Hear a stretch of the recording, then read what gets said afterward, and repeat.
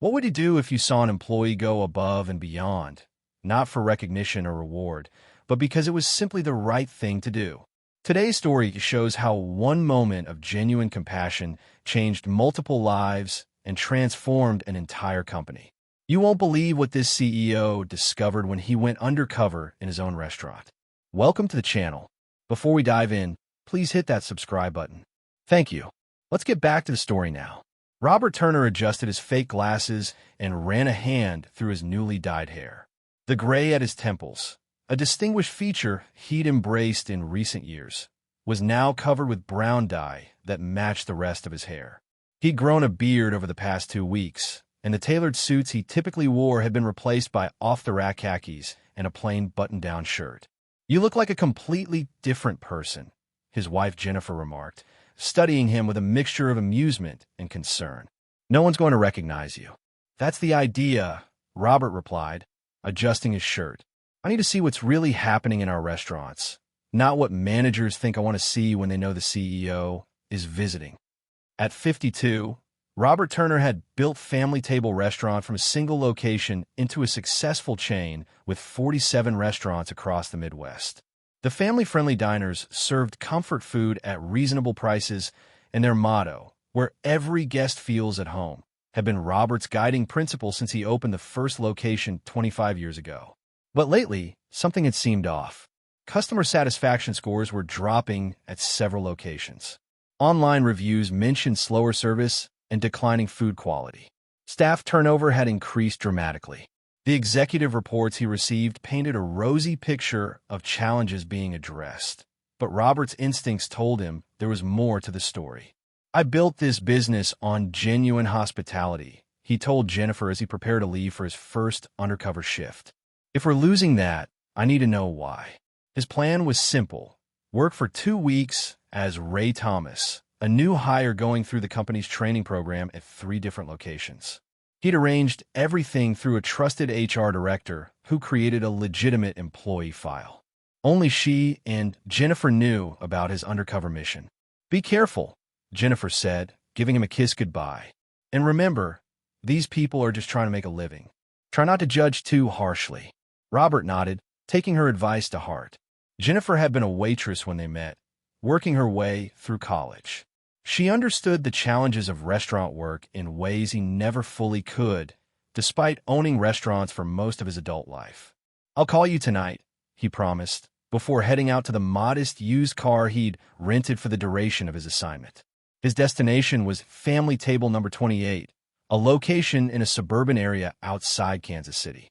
Once one of their best-performing restaurants, it had seen declining ratings and increasing complaints over the past year.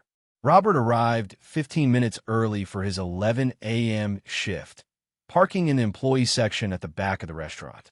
Taking a deep breath, he reminded himself that he was now Ray Thomas, a middle-aged man with some office experience who was changing careers after a layoff. The restaurant's general manager, Steve Pearson, met him at the employee entrance with a distracted handshake and cursory welcome. "Ray, right? HR said you'd be starting today," Steve said, barely making eye contact as he checked his watch. "Follow me. We'll get your paperwork sorted, and then Melissa can show you the ropes."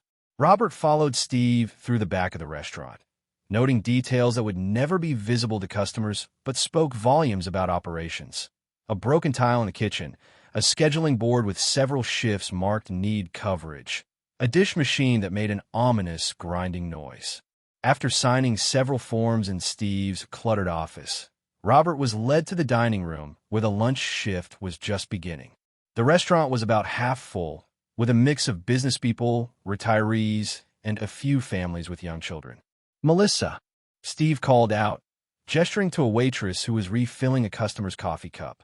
The woman who approached was in her mid-30s, with brown hair pulled back in a practical ponytail.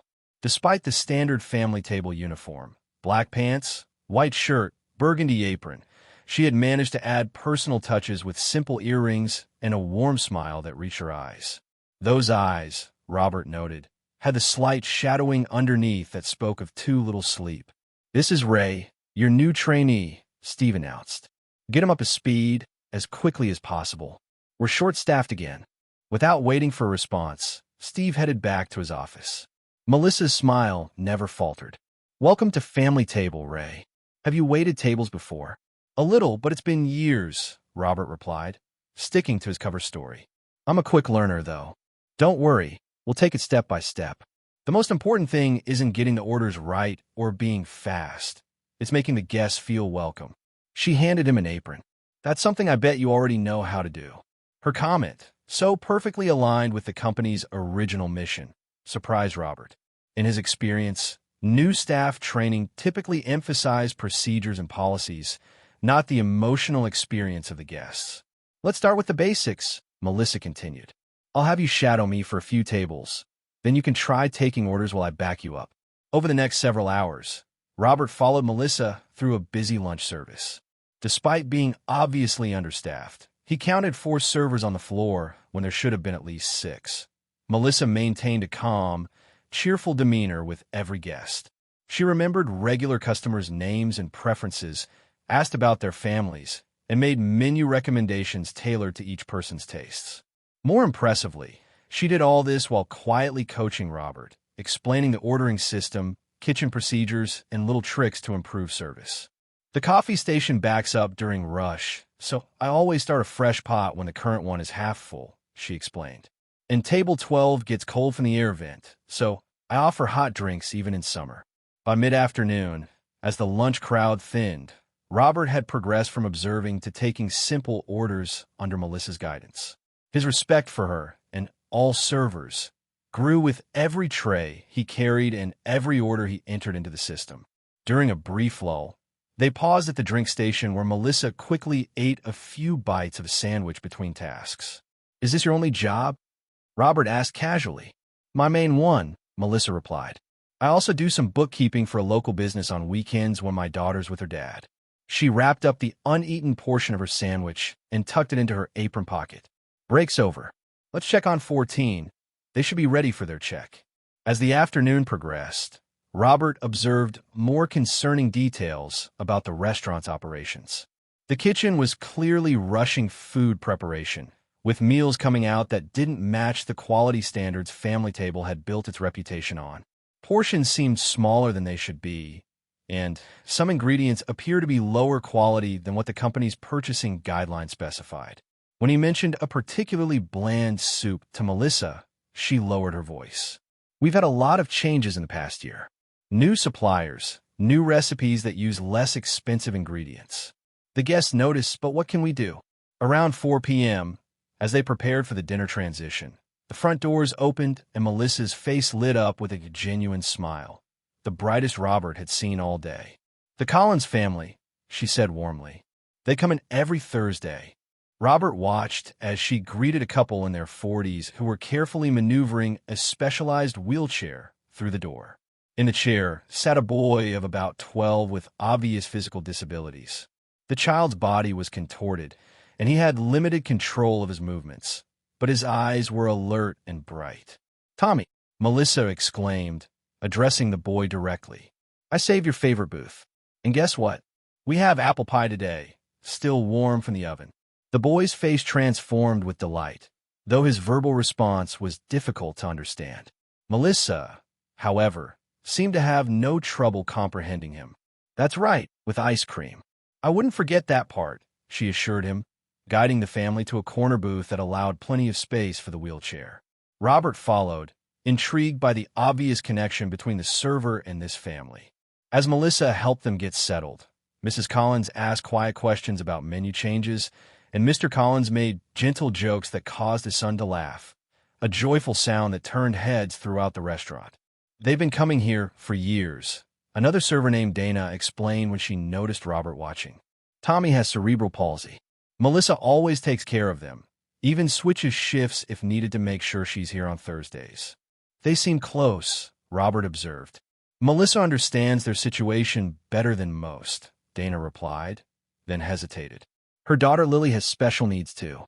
Different condition, but she gets it. The challenges, the routines, all of it." Before Robert could ask more, Steve emerged from his office, frowning at the floor activity. "Dana, you have tables waiting. Ray, help clear 7 and 9. We need to turn those tables before the dinner rush." As Robert bussed tables and helped reset them for new guests, he kept finding his attention drawn to Melissa and the Collins family. She had brought Tommy a straw with a special bend in it that made it easier for him to drink independently. When she delivered their food, she automatically cut Tommy's chicken into manageable pieces without being asked and positioned his plate at the perfect angle for his limited reach. These weren't just acts of service. They were acts of genuine care that recognized Tommy's dignity and independence. The dinner rush began in earnest, with every table filling quickly. The kitchen fell behind, tickets piling up and frustration mounting among both staff and customers. Steve remained in his office except for brief appearances to criticize without helping. "We need to pick up the pace, people," he announced during one such appearance. "These ticket times are unacceptable." Robert, now taking orders for his own small section with Melissa checking in periodically, found himself swept into the controlled chaos of a short-staffed restaurant during peak hours. Despite his executive experience, he struggled to keep up with the demands of remembering orders, entering them correctly, timing refills, and addressing complaints about slow service. Through it all, Melissa somehow managed her larger section while still finding moments to assist others, including Robert. She never appeared rushed, though Robert knew she must be running on pure adrenaline. At one point, he passed the Collins family's table and noticed a situation developing. Mrs. Collins was trying to help Tommy eat, while simultaneously comforting their younger daughter, who had spilled her drink. Mr. Collins had stepped away, presumably to the restroom. Tommy's food was getting cold as he waited for assistance. Robert was about to step in when Melissa appeared, seemingly out of nowhere. Without a word, she grabbed a clean napkin to help with the spill, then pulled up a chair beside Tommy. "May I?" she asked Mrs. Collins, who gave a grateful nod. With practiced ease, Melissa began to help Tommy eat, holding the fork at just the right angle and speaking to him about his day at school between bites. There was no pity in her interaction, only respect and genuine interest.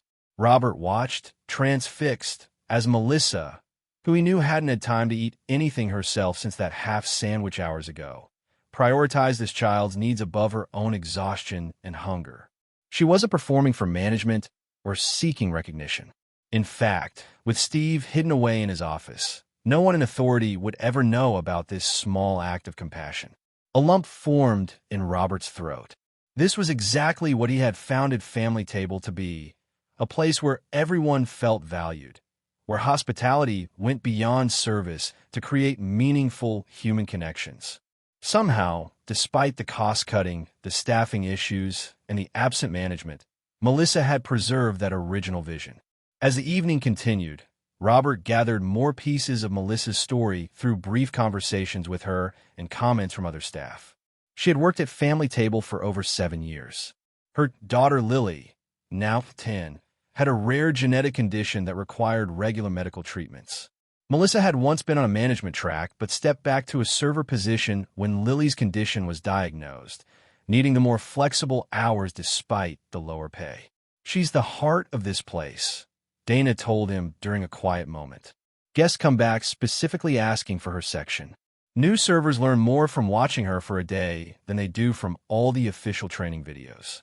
Yet despite her obvious value, Melissa seemed to receive little recognition from management. If anything, Steve appeared annoyed by her thoroughness with guests, repeatedly reminding her about table turn times and service metrics. Around 8 p.m., as the dinner rush finally began to subside, Robert overheard a conversation that made his blood boil. "Melissa, we need to talk," Steve said, cornering her by the kitchen entrance. "I noticed you spent nearly 15 minutes with the Collins family earlier. That's not acceptable during peak hours." "Tommy needed help with his meal," Melissa explained calmly. "His mother was dealing with their younger daughter." "That's not our problem," Steve insisted. "We're running a restaurant, not a caregiving service. I need you focused on turning tables efficiently, not babysitting customers." Melissa's calm demeanor never faltered, but Robert could see the tension in her shoulders. The Collins family has been loyal customers for years. They specifically come when they know I'm working. And they order the cheapest items on the menu and take up a table for twice as long as other customers, Steve retorted. From a business perspective, they're not the kind of customers we should be prioritizing. Robert had heard enough. Forgetting his undercover role for a moment, he stepped forward. Excuse me, but isn't Family Table's mission to make every guest feel at home? That's what Melissa was doing. Steve turned, clearly irritated by the interruption. You've been here less than a day, Ray. When you understand the business side of restaurant management, then you can have an opinion. For now, just focus on learning the job. Robert bit his tongue, reminding himself that revealing his identity now would undermine the purpose of his undercover mission. He needed to see the full picture before taking action. Sorry, he mumbled, playing the role of the chastised new employee. Just trying to understand the culture. Steve gave him a dismissive look before turning back to Melissa. Just keep an eye on your time management. We have service metrics to maintain. After Steve walked away, Melissa gave Robert a small, grateful smile. Thanks for trying. It's nice to know someone still remembers what this place is supposed to be about. As his first day drew to a close, Robert found himself both troubled and inspired. The operational issues were worse than he'd feared. Cost-cutting had clearly compromised food quality. Staffing levels were dangerously low, and management had lost sight of the company's core values. Yet in Melissa, he'd found the perfect embodiment of the hospitality that had built Family Table's initial success. Despite everything working against her, poor management, reduced resources, personal challenges, she maintained an unwavering commitment to genuine care for every guest. That night, back in his hotel room, Robert called Jennifer. "How was your first day undercover?" she asked. Robert sighed heavily. Eye-opening. We've got serious problems with how the restaurants are being managed. The regional directors have been pushing cost-cutting measures that are killing everything we built the brand on. That's fixable, Jennifer pointed out. You can change policies. Yes, Robert agreed. But I also found something unexpected, something remarkable. There's a server named Melissa who embodies everything Family Table was meant to be. Despite all the challenges, she's maintained the spirit of true hospitality. He described what he'd witnessed with the Collins family. The moment when Melissa had put Tommy's needs before her own without hesitation or expectation of recognition. You should have seen her, Jen, he said, emotion creeping into his voice. She wasn't just serving a customer. She was honoring his humanity. And I found out later that her own daughter has special needs. She works these long shifts, deals with a terrible manager, then goes home to be a caregiver there too. Sounds like someone who deserves recognition, Jennifer said softly. More than recognition, Robert replied. She deserves a company that values what she brings to the table, her compassion, her commitment to genuine hospitality. I've been focusing so much on growth and profitability that I've let our original mission get diluted. He paused, his mind racing with ideas. I'm going to spend the next few days learning more about Melissa, about the operational issues, about how we've drifted from our values. Then I'm going to make some major changes. I know that tone, Jennifer said with a chuckle. Should I alert the executive team that a hurricane is coming? Not yet, Robert replied. But they should definitely prepare for stormy weather. As he ended the call, Robert pulled out his notebook and began jotting down observations and questions. Tomorrow he would continue his undercover role, watching and learning more about Melissa's extraordinary impact on her guests and fellow employees. He had come looking for operational problems to fix.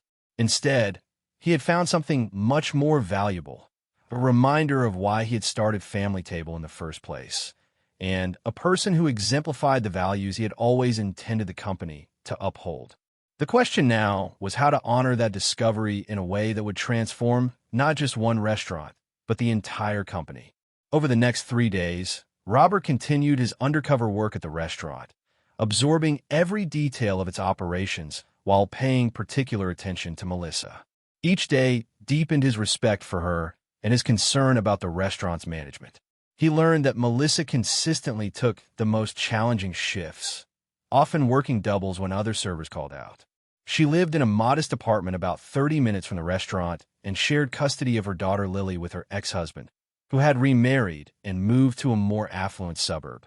Lily's school is closer to his place, Melissa explained during a rare break they shared.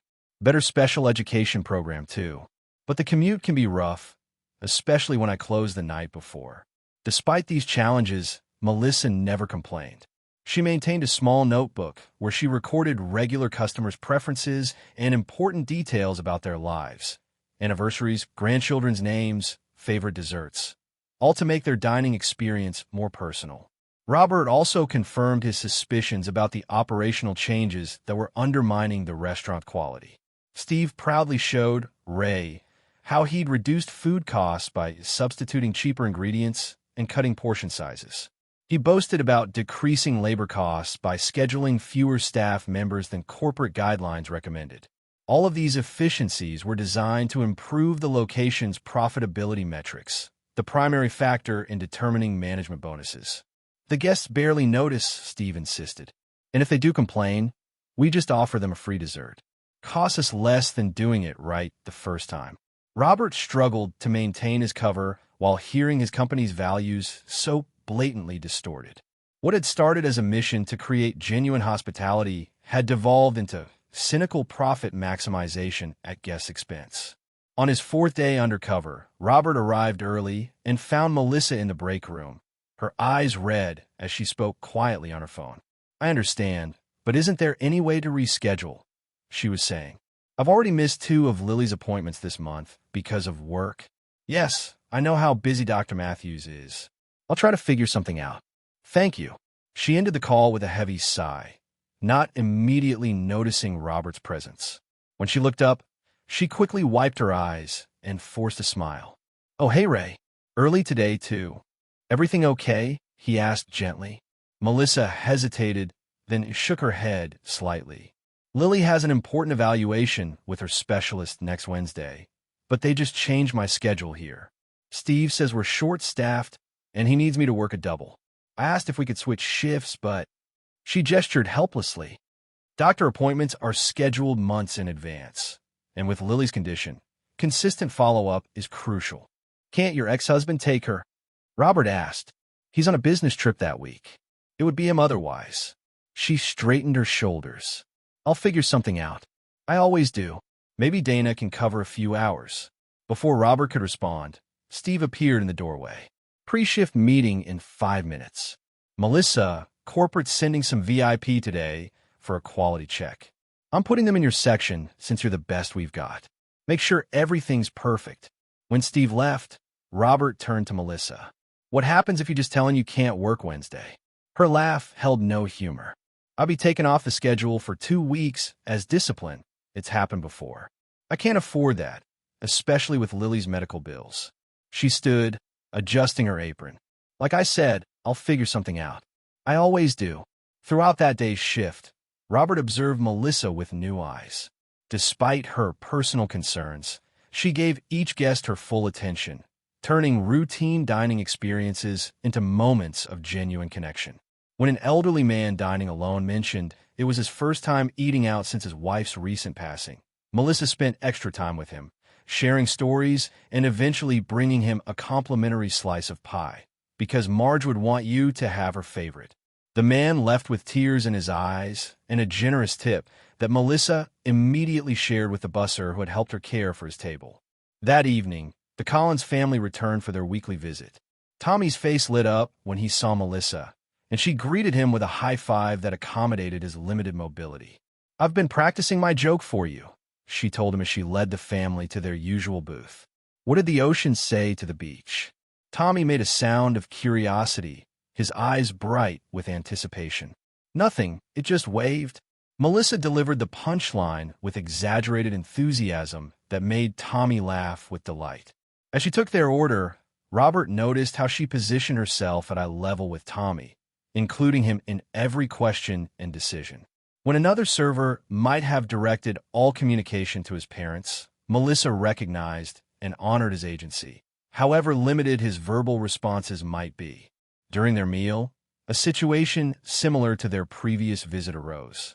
Mrs. Collins needed to take their daughter to the restroom, and Mr. Collins was occupied with a phone call about Tommy's upcoming medical procedure. Tommy's dinner sat before him, growing cold as he waited for assistance. Once again, Melissa noticed immediately. Despite juggling several other tables during the busy dinner service, she made her way to Tommy, pulling up a chair beside him.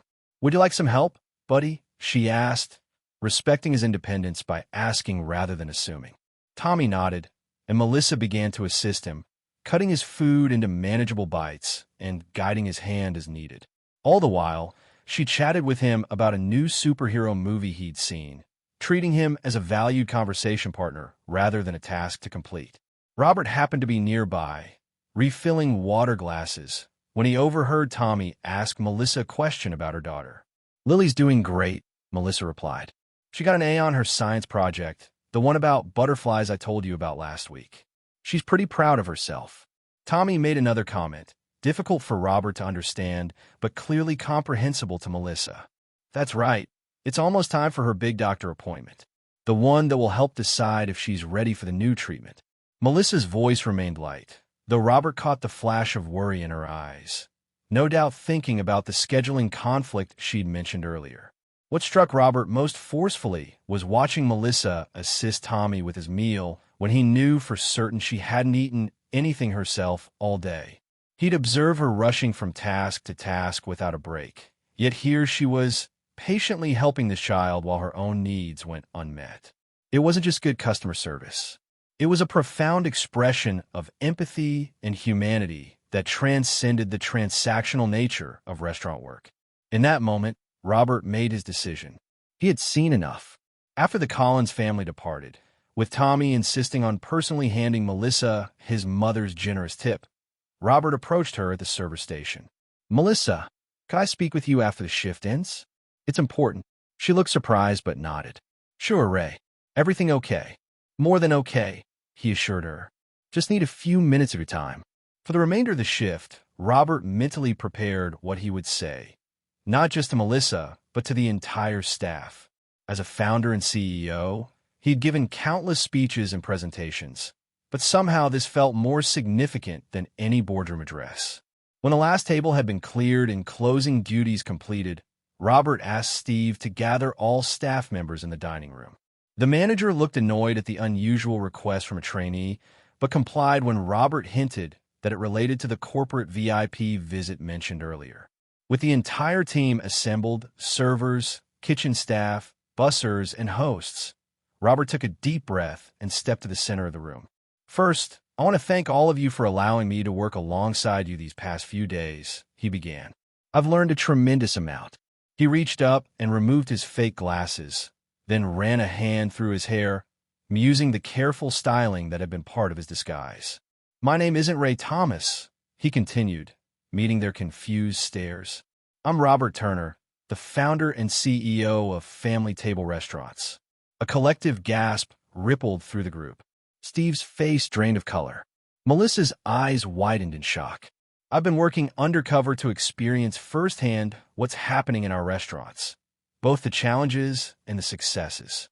What I've found has been enlightening, concerning, and ultimately inspiring." Robert turned to face Steve directly.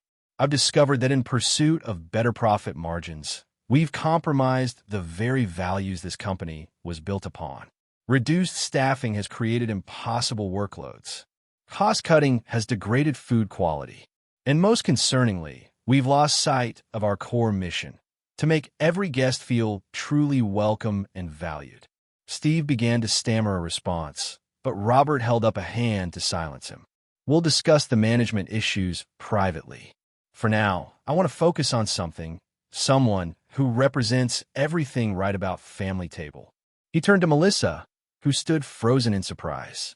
"Melissa, over the past 4 days, I've watched you demonstrate extraordinary care, compassion, and professionalism in circumstances that would challenge anyone.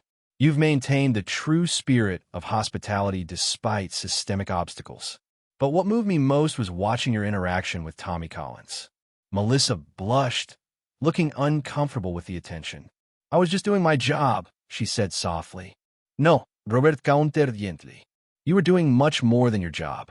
When you sat with Tommy, helping him eat his meal when you hadn't eaten all day yourself, that wasn't in any employee handbook.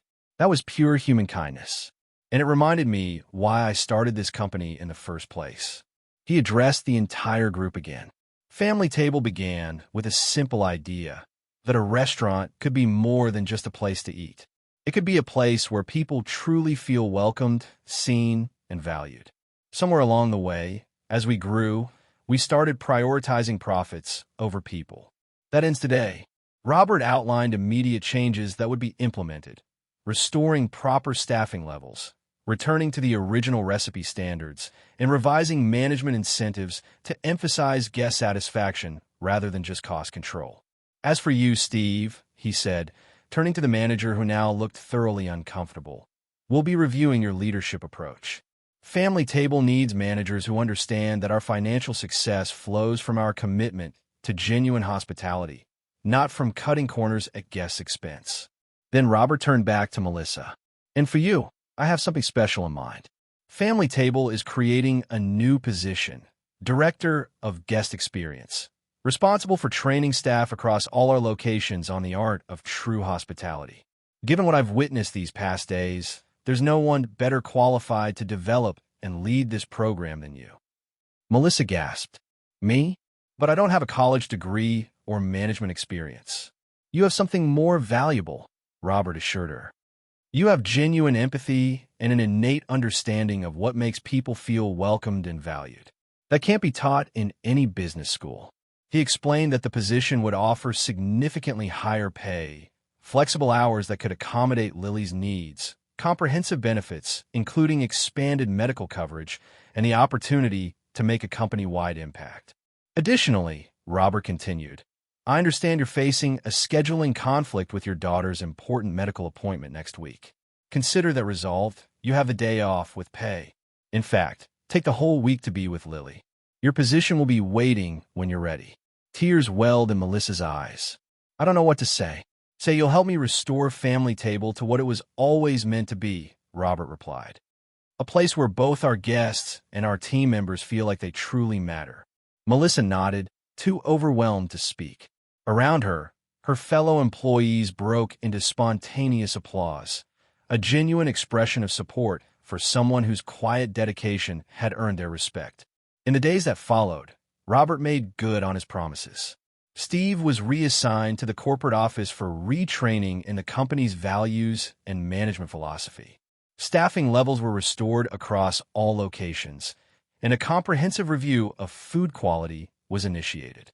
Most significantly, Melissa accepted the new position and proved to be even more exceptional than Robert had anticipated. Her training program, built around authentic human connection rather than scripted interactions, transformed service standards across the entire chain.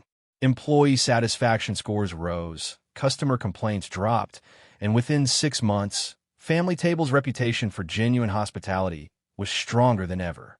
As for Tommy Collins and his family, they continued their weekly visits, now receiving VIP treatment as honored guests whose special connection with Melissa had helped spark a company-wide renaissance. Tommy even participated in a promotional video about Family Table's commitment to making every guest feel welcome, regardless of ability or circumstance. 1 year after his Undercover experience, Robert hosted a special dinner at the flagship Family Table location, honoring the company's renewed commitment to its founding values. Melissa was there with her daughter Lily, whose health had improved significantly thanks to the new treatment she'd been able to receive with better insurance coverage and more flexible scheduling for follow-up care. You know, Melissa told Robert as they watched Lily and Tommy excitedly comparing notes about a video game they both played, I almost didn't come to work that day, the day you saw me with Tommy. Lily wasn't feeling well, and I was exhausted from working doubles all week. What made you decide to come in? Robert asked. Melissa smiled, watching the children. I knew Tommy would be disappointed if I wasn't there for his weekly visit. Some things are more important than being tired. Robert nodded, reflecting on how close he had come to missing this pivotal moment.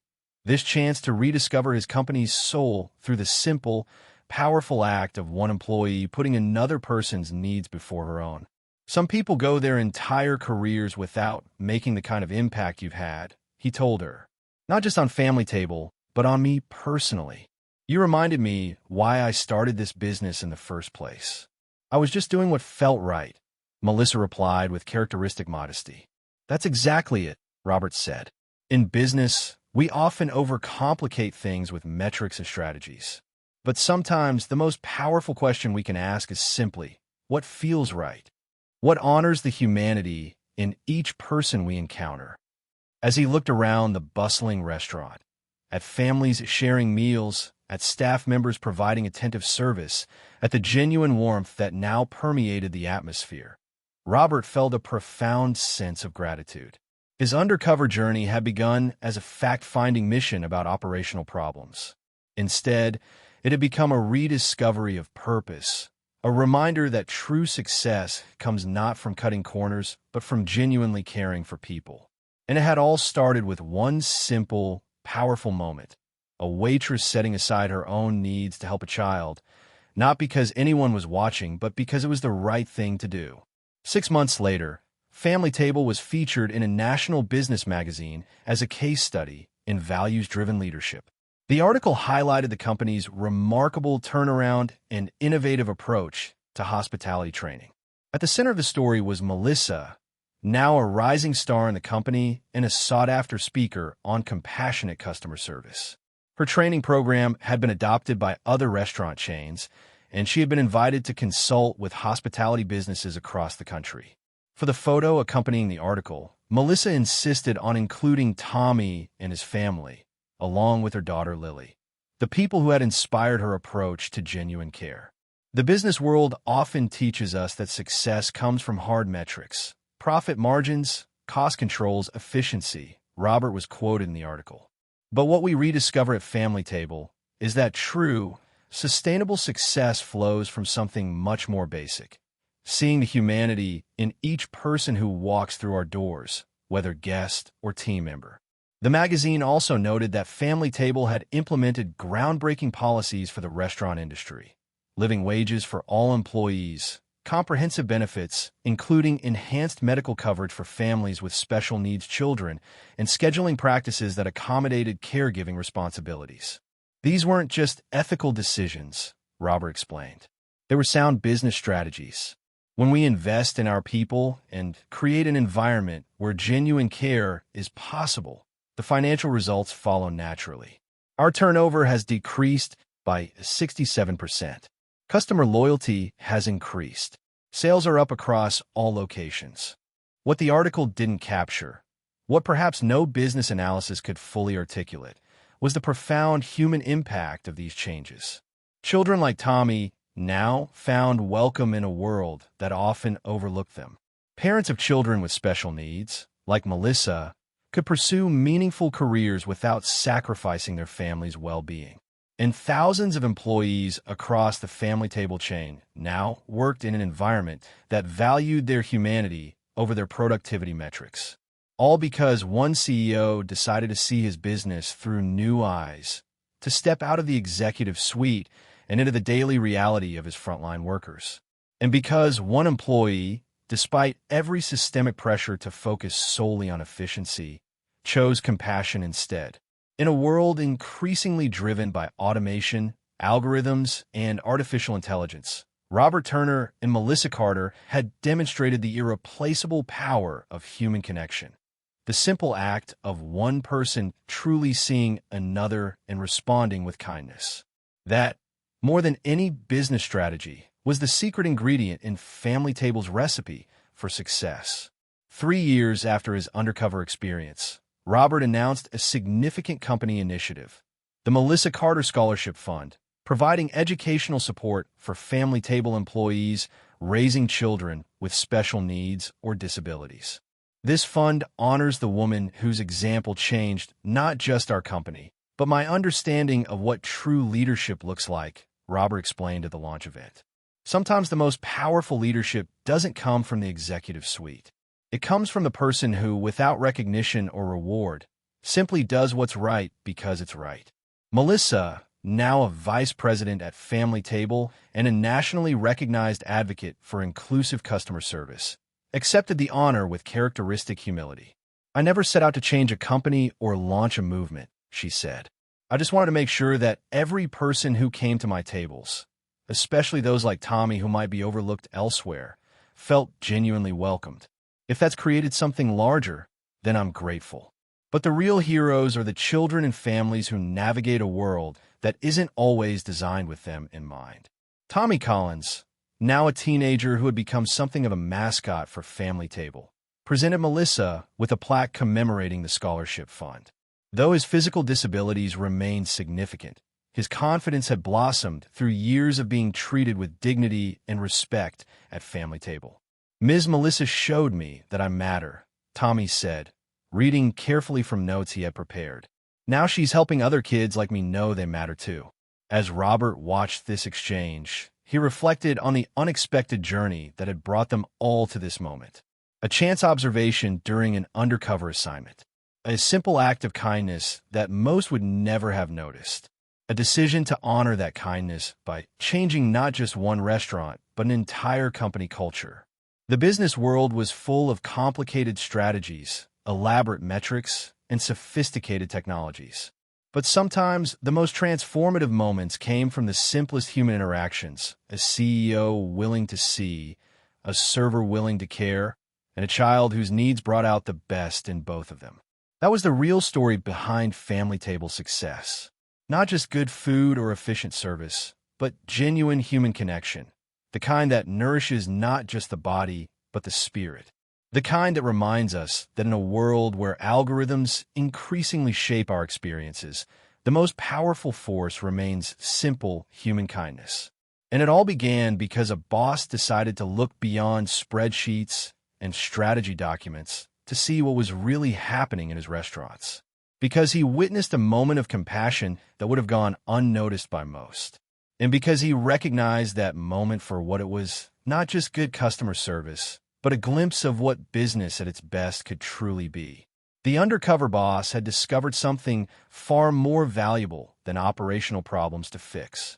He had rediscovered the heart of his company in the actions of one remarkable employee who knew that sometimes the most important thing we can do is simply to help someone else before helping ourselves.